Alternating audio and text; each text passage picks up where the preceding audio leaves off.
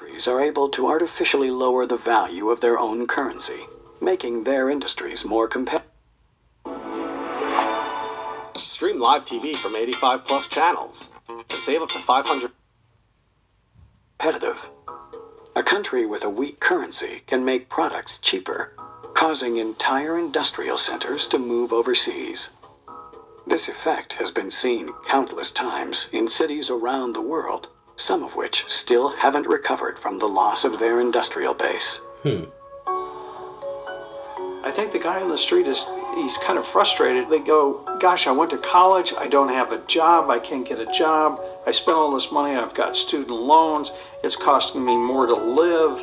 The Fed is telling me there's no inflation, yet I go to the store and I see the price of milk going up, eggs, meat. I pull into a gas station, it's costing me more for gas. They don't really understand how all this affects them on a personal level. And see, that's the cost of living in Babylon the Great, man. These devils, hey, Job 13:4, they are forgers of lies. They are physicians of no value, man. And that's why I think they're frustrated, because there isn't an educational system that explains that, look, when you print money, when you have nothing backing it, and when you debase it, you have all the side effects that you see.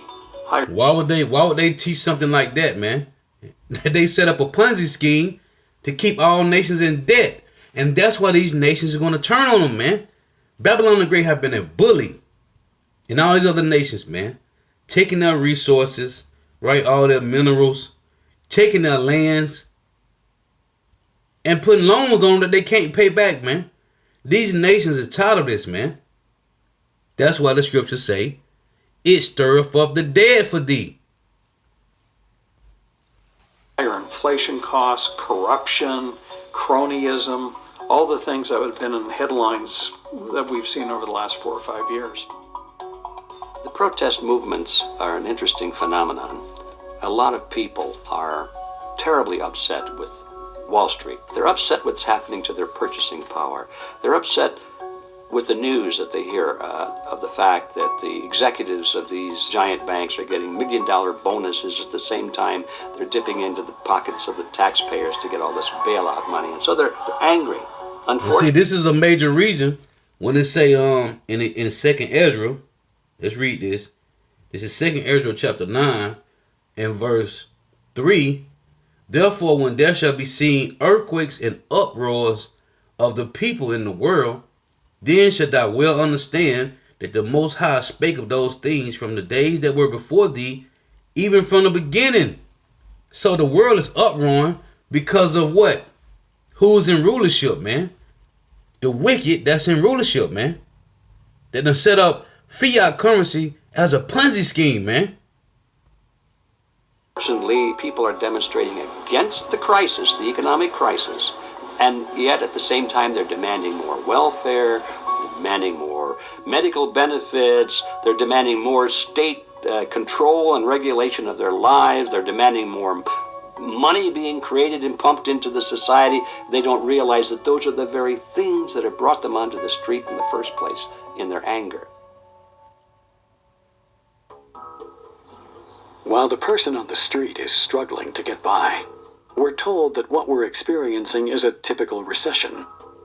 Why then does this current crisis feel different to previous economic recessions? This is far from typical. I think this is the end game. I think what we're experiencing now are the pains of the 40-year experiment in fiat currency coming to an end. And it is. You heard what Peter Schiff said?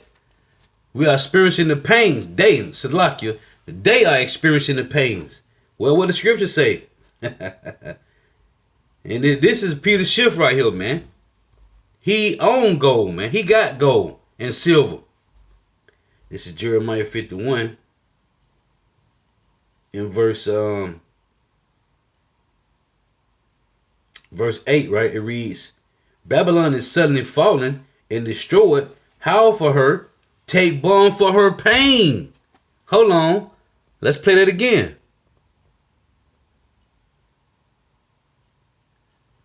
Let's play it again. A typical recession. Why then does this current crisis feel different to previous economic recessions? This is far from typical. I think this is the end game. I think what we're experiencing now are the pains of the 40-year experiment in fiat currency coming to an end. And it is an absolute failure, not only for America, but for the entire world. Right. For the entire world, man. Because everybody is following Babylon the Great. Right? These are the pains, man. These are the birth pains that Yahweh Shema Shah was talking about. Jeremiah 51:8. Babylon is suddenly fallen and destroyed. Howl for her. Take balm for her pain. If so be, she may be healed. We would have healed Babylon, but she is not healed. Forsake her and let us go, everyone into his own country. For her judgment reacheth unto heaven and is lifted up to the skies. And that's why these nations is leaving Babylon the Great, man. Because the pains that Babylon the Great is experiencing now, man. Through what? Through this fiat currency, man, which is worthless. And Jake around here trying to build and think they got money. These Michael Jordans and Oprah Winfrey's, they don't got no money, man. These Jakes that made it to Hollywood don't own nothing, man. They don't got nothing. Michael Jordan and Oprah Winfrey don't own no Whole Foods. They don't own no Sam's Clubs. They don't own no Sam's warehouses. None of these celebrities who you worship, they don't have not one of those containers at those ports. They don't own not one of those, man. At those ports, that those containers come in off them freight ships. Not one of your celebrities that have millions own not one of those freights, man. Who own those freights? It's controlled by Esau Edom, man. Up until 2008, we've been borrowing more and more money to maintain our standard of living. Are we now at the point where we're maxed out and cannot take on any more new debt? What we're seeing today is deleveraging at all levels of society. I mean, consumers are maxed out. Each succession that we had in the economy, when we went Are you still interested in a solar powered Babylon the Great is through, man. generator? Because pace. through this boom and bust period, we'd go through a bust, they would reinflate again, the economy would start up again, but we kept piling on levels of debt. And finally we reached the point where you just can't pile any more debt. Banks are no longer willing to give out credit so freely, and many people are more concerned with paying off existing debt as opposed to taking on new debt. While this is prudent, sensible behavior, it's also a serious threat to the global economy. Exactly. Having set itself up as a giant Ponzi scheme, the global economy is reliant on more and larger debt being issued to keep itself functioning. Hey, and that's why they gave me a strike for this video, man. Because this goes in debt.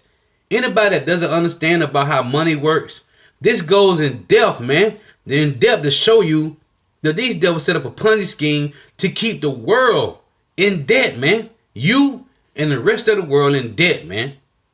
Hey, the Lord say in Psalm 68:19 that he daily loadeth us with benefits, man. Okay? His hopefully elect, he daily loads them with benefits, man. Even 2/3 that don't understand that they get their money, however they living, whatever type of life they living, the Lord has given it to them, man. Whether it could be for your wickedness or righteousness, man. But he's watching out for his elect, man, through daily benefits. And if you're trying to get anything more than your daily benefits that's coming from Yahweh Shema Shah, you're going to die a grievous death, man. You're going to be destroyed because you trust in this wicked government, man, that set up fiat currency to keep you in debt, man. And this is why it stirred up the other nations for him, man. If you try to just live within your means and get by with just the amount of dollars that we have today, paying the interest on them collapses the currency supply. And so we continually have to borrow more units of currency You see into that? existence. So they make you. And it's all through the lust of the eyes, man.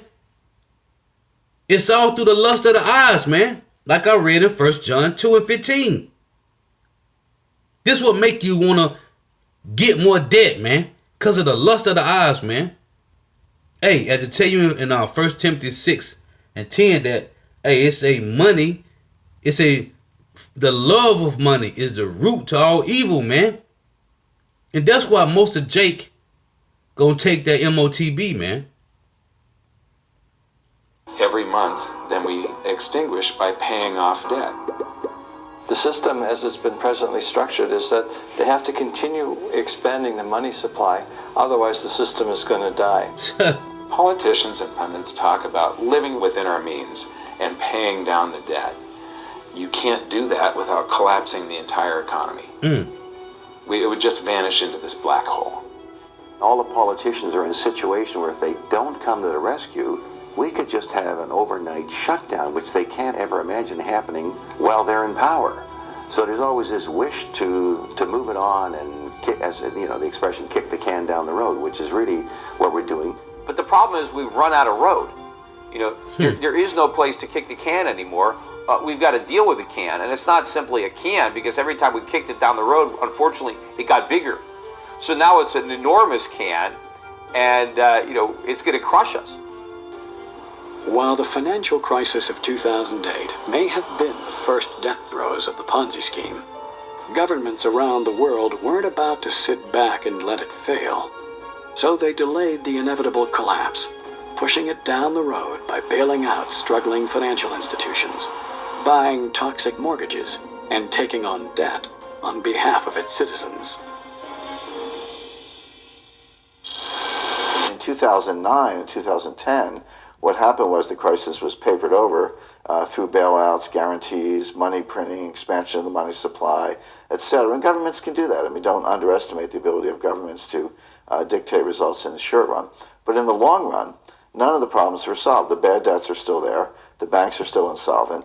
The banks are not lending. The economy's not growing. So we haven't really solved anything. By buying their way out of these crises, by creating money out of nothing and flooding it into the economy and diluting the purchasing power, they're not really solving the problem. What they're doing is pushing it off a little bit into the future and making it worse. Now, do we keep going down this road? Do we print more money? I mean, the Fed balance sheet went from $800 billion to $3 trillion. Should it now go to $6 trillion? We had a $800 billion stimulus. Should we now have a $2 trillion stimulus? I mean, This is Isaiah 14:9. It reads, "Hell from beneath is moved for thee to meet thee at thy coming." Hell meaning judgment, condition, right? It's your turn to go into captivity, slavery, judgment, your punishment. Hell from beneath is moved for thee to meet thee at thy coming. It stirreth up the dead for thee. What dead? Now when the Lord say in Proverbs 21:16, "He that wandereth out of the way of understanding shall remain in the congregation of the dead," that's talking about 2/3 of his people, Israelites. So if the Lord say, his people, the ones that wander out of the way of understanding shall remain in the congregation of the dead, what dead is this talking about in Isaiah 14:9? It's talking about the heathen nations. Because they dead, because they don't have no knowledge of the Lord. The Lord didn't give them his law, statute, and commandments, his wisdom, knowledge, and understanding. So these heathen nations are dead people walking anyway. So it say, it stirreth up the dead for thee. Who is the dead? Even all the chief ones of the earth, it have raised up from their thrones all the kings of the nations. And like we went into, they created economic hitmen to get these nations, to get these other countries loans that they know they can't pay back, man. So it's stirring these nations up. Verse 10, "All they shall speak and say unto thee, Art thou also become weak as we? Art thou become like unto us? Thy pomp is brought down to the grave," right? Your condition, your judgment is your turn. "And the noise of thy vows, the worm is spread under thee, the worms cover thee." And that's why the guy said the money is eroded because they print too much. You see? Meaning what? It corruption, man. So that's why I say the worm is spread under thee, the worms cover thee. This is James 5:1. It reads, "Go to now, ye rich men, weep and howl for your miseries that shall come upon you. Your riches are corrupted, and your garments are moth-eaten. Your gold and silver is cankered, and the rust of them shall be a witness against you, and shall eat your flesh as it were fire. Ye have heaped treasures together for the last days. Your money is worthless. Even your gold and silver is worthless. In theory, you could, but this is where people could lose faith entirely in the currency, and the currency could collapse. The Federal Reserve's money printing exercises may help prop up the economy in the short term. But what are the consequences of money printing on such a large scale? I think you're going to see a very rapid decline in the value of the dollar in a matter of days, whether it's 20%, 30%, 40%. A lot of people have been buying the dollar as a safe haven. You know, when they find out that there's no safety there, in fact, they need a safe haven from the dollar. I mean, right. You can easily train yourself to listen faster. Right now, the dollar is benefiting from the fear trade. Well, what if the fear trade is afraid of the dollar? Aside from causing an enormous amount of inflation, the Federal Reserve's reckless money printing exercises also run the very real risk of creating a worldwide loss of confidence in the US dollar. I think a currency crisis is highly likely, but it'll be very difficult to know exactly what will cause it and when. I think it'll be something unforeseen. It could be a natural disaster, it could be a political shock, it could be just a general loss of confidence. It could be something as simple as a treasury auction that goes bad. There's no buyers, and all of a sudden the interest rate starts to go up. Then the financial players, the big hedge funds, start to react to it, dumping dollars. Then all of a sudden you have foreign central banks that begin dumping dollars, get me out. And when that happens, just like that. At some point, just like all Ponzi schemes, the participants wake up to the con. They don't want to participate anymore, and the whole thing implodes. Now, you know, when private factors, when people who are voluntarily participating, foreigners, foreign central banks, when they stop buying, the one difference is the Federal Reserve can come and supply the demand for the people who are waking up to the Ponzi nature of what we're doing. But of course, when the Fed becomes the only buyer, that's the end game, or be the beginning of the hyperinflation. Hyperinflation is a rapid increase in the inflation rate, so much so that people lose faith in the currency, and you see what is in fact a flight from the currency. Defeated Germany has a runaway inflation. In Germany, the mark becomes so worthless, it is used to paper walls or to light stoves. What happens is the government spends so much money, forcing it to... You see that? Hey, that's gonna be your FRNs, man. It's gonna be worthless, man. Good for nothing but burning, man. Borrow. It gets to the stage where it's borrowing more money than the market is willing to lend to it.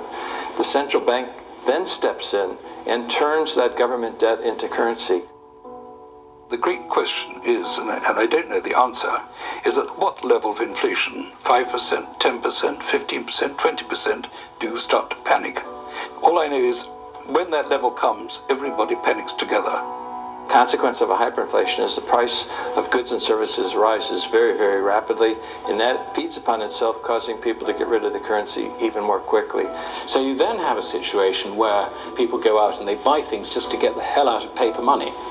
And paradoxically, that then starts driving and accelerating demand for paper money, because they want more paper money to go and buy things. So you have this situation where the value of paper money starts collapsing in advance of its issue. In everyday life, you'll be scrambling from day to day to get tangible things. If you're thinking of buying one can of tuna, you're going to buy two, because you know that tomorrow or even later on that day or the next hour, that can of tuna is going to be costing you more. That you're going to be scrambling to get anything that's tangible. This period is going to involve a lot of economic pain. A lot of people who are currently retired in America are going to have to get jobs. Their retirement is gone. It's been bankrupted because they put their faith in a Bernie Madoff type national Ponzi scheme. And of course, a lot of the property is going to decay if people are spending money on the necessities, they don't have money to make the repairs necessary to maintain their properties. If the landlords can't collect rents from their tenants, how are they going to maintain their properties? How are they going to pay the taxes? So I think the whole economy is going to crumble beneath the weight of this runaway inflation. And of course, the initial reaction by the Fed will be to create even more inflation, to try to stimulate the economy by printing even more money, which of course is the source of the problem. On the surface, it would appear that this is a problem facing the United States alone. But with so many countries holding their savings in U.S. government bonds, a loss of confidence in the U.S. dollar could trigger a global crisis which would affect every nation on Earth. If the US dollar hyperinflates, the implications are really profound, because you can go to a country like Zimbabwe and see the impact of a hyperinflation. But what happens when the world's reserve currency hyperinflates? We've never been in this situation before. It's impossible to predict, what the outcome is going to be. But logic suggests that if the US dollar hyperinflates, most if not all of the currencies of the world will also have severe economic problems, because at the end of the day, the reserves of all of these currencies are basically dollars. You see? And that's why, right here in Obadiah 1, it reads, and that's why these nations are going to turn on Babylon the Great, man. It's Obadiah 1 and 7. All the men of thy confederacy have brought thee even to the border. What does it mean to bring somebody to the border, man? That's war, man. You're going to fight, man. All the men of thy confederacy have brought thee even to the border. The men that were at peace with thee have deceived thee and prevailed against thee. They that eat thy bread. What does it mean to eat your bread? Meaning everybody got the petrodollar, man. Everybody sells their merchandise through the petrodollar, man. Through this fiat currency, man. It say they that eat thy bread have laid a wound under thee. There is no understanding in him. Also eating his bread, taking on his philosophies, his policies, his legislations, his democracy, his draconian measures, draconian constitutions, man. So they going to deceive thee. Let me get this here, because it say, and prevailed against thee. Let me get this in Job. This is Job 15. This is Job 15 in verse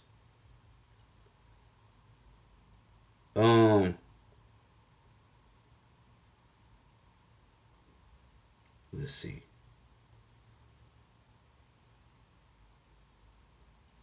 This is Job 15 and 24. It reads, trouble and anguish shall make him afraid. They shall prevail against him as a king ready to the battle. You see, they shall prevail against him as a king ready to the battle, man. And it said it stirreth up the dead for thee, even all the kings of the nations. You see, these nations is pissed off with Babylon the Great, man.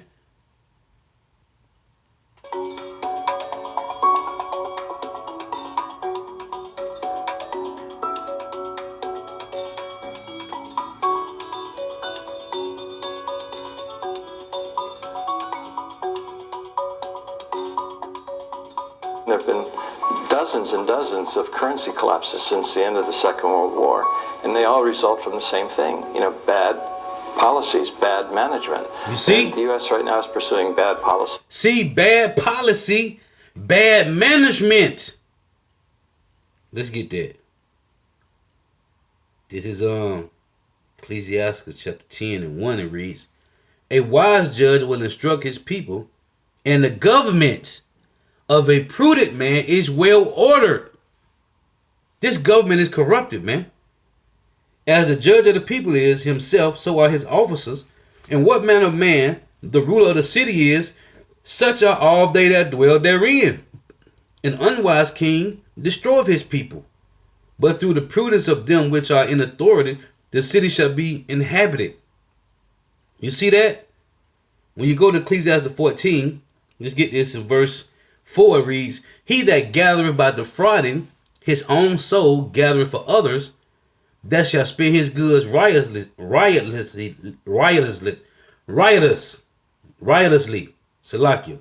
He that is envy to himself, he that is evil to himself, to whom will he be good? He shall not take pleasure in his goods. There is none worse than he that envieth himself. And this is a recompense of his wickedness. If he doeth good, he doeth it unwillingly, and at the last he will declare his wickedness. The envious man have a wicked eye, he turneth away his face and despiseth men. A covetous man, is not satisfied with his portion, and the iniquity of the wicked drive up his soul. A wicked eye envieth his bread, and he is a nigger at his table. He's taken out of the mouths of his own people, man. Esau Edom is taken out of the mouths of his own people, man. It said he is a nigger at his own table, man. Because these elites don't care about no other nation, man. They set up this Ponzi scheme through fiat currency, man, to keep the world in debt. Central bank is doing a bad job managing the currency. As a consequence, it's inevitable that the dollar is going to collapse. It's on this road. Look at that. It say Yugoslavia dinar, Bolivia peso, right? Let's go back. You see? He causing all these currencies to fall, man. Back up a little bit more. I want to see all these. As a consequence, it's the Bolivian peso, Yugoslavia dinar, Belarus ruble. Look, all got dates. Bolivia 1987, Yugoslavia 1994, Belarus ruble 2000. Inevitable that the dollar is going to collapse. It's on this road that I call the fiat. Romania lira, right? Zimbabwe dollar 2008. Currency graveyard. Currency Markets, graveyard. private sector, however you like to decide it, people. And look at this. Look at this Job 9:24 right here. Look at this devil nose. Hey, if this ain't Esau Edom, who is, man? They suddenly sort of move in a herd instinct. They suddenly sort of understand things. And this can happen overnight. I mean, it really can. So the timing of this is, I think, very difficult, if anything impossible for us to say. But I would point out that there is the danger that if you're trying to make real money online, you need to stop with Amazon FBA, drop shipping. I use a metaphor. One morning we will wake up and find that we are in a very different world. It may not be one morning, it may be a week, a month, I don't know. But when it happens, I think it'll happen quite quickly, and we won't really be able to predict when. Hyperinflation may be one of several scenarios facing the world today. But history has shown us that whenever a nation tried to run its economy using an artificial fiat system, the end result is always the same: disaster. There is a proven 100% failure rate. There is no exception to this. Fiat currencies always fail. And then 40 years ago, we tried this grand experiment where all the world's currencies became fiat at the same time when we ended the Bretton Woods system. Wow. The world is going to have to extricate itself from this monetary system based on the dollar, because if you want to back your currency, you have to back it with something. You can't back it with nothing. I always think of that old Superman movie where the first one where Lois Lane, she falls off the top of the building and Superman catches her. And he says, "I got you. Don't worry, I got you." And she says, "Well, you got me. Who's got you?" Well, that's the dollar. Who's got the dollar? It's not Superman. The dollar can't fly on its own. The dollar used to be backed by gold. It was gold that had the dollar. It's like everybody has tethered their ships to the Titanic of currencies. And so we're all going to go down. If there is a loss of confidence in the US dollar, and I think there will be in this decade, it's happened before, it'll just be history repeating. Hey, you heard him. It'll just be history repeating. What history? When Esau say that, what history is he talking about? He's talking about the Roman Empire, man. This is Ecclesiastes chapter 1 and verse 9. The thing that have been is that which shall be, and that which is done is that which shall be done, and there is no new thing under the sun. Is there anything whereof it may be said, see, this is new? It have been already of old time, which was before us. You see? This is Ecclesiastes 3:15. That which have been is now, and that which is to be have already been. And power, Yahweh Shema Shah, required that which is past. So when you hear Esau say it's just history repeating itself, what is he talking about? He's talking about the Roman Empire. Let's play it again. Superman, the dollar can't fly on its own. The dollar used to be backed by gold. It was gold that had the dollar. It's like everybody has tethered their ships to the Titanic of currencies. And so we're all going to go down. If there is a loss of confidence in the U.S. dollar, and I think there will be in this decade, it's happened before. It'll just be history repeating. And when that happens, right? Because these devils hold in gold. This been set up from way back from a while ago, man. These devils set this up that they're going to crash. They are going to crash the dollar so they can bring in the MOTB, man. This was a plan already set up in the making, man. Okay? Problem, reaction, solution is called the agenda. Problem, reaction, solution, man. They create the problem. The world reacts. And then they give the world a solution. What should we do to fix this? It's going to be the MOTB, man. This is a plan that was already set up years ago, man. Then we'll probably have to go back to something that will instill confidence. And what instills confidence is gold. You see? And when they think that's going to happen, that's when sudden destruction going to happen, man. Ain't no going back to gold and silver. The scripture said they shall cast their gold and silver in the streets, man. The only real solution is to go back to a real sound currency, real money with something behind it. It doesn't have to be gold or silver, but historically that has always been what societies have chosen through trial and error. They've tried this, they've tried that. They always wind up with gold or silver. I think that probably is a clue that it's not a bad way to go. With all the uncertainty facing the world today, a return to a gold-backed economy would seem logical. So how come there isn't so much as a discussion about such a return? The answer is as simple as it is alarming.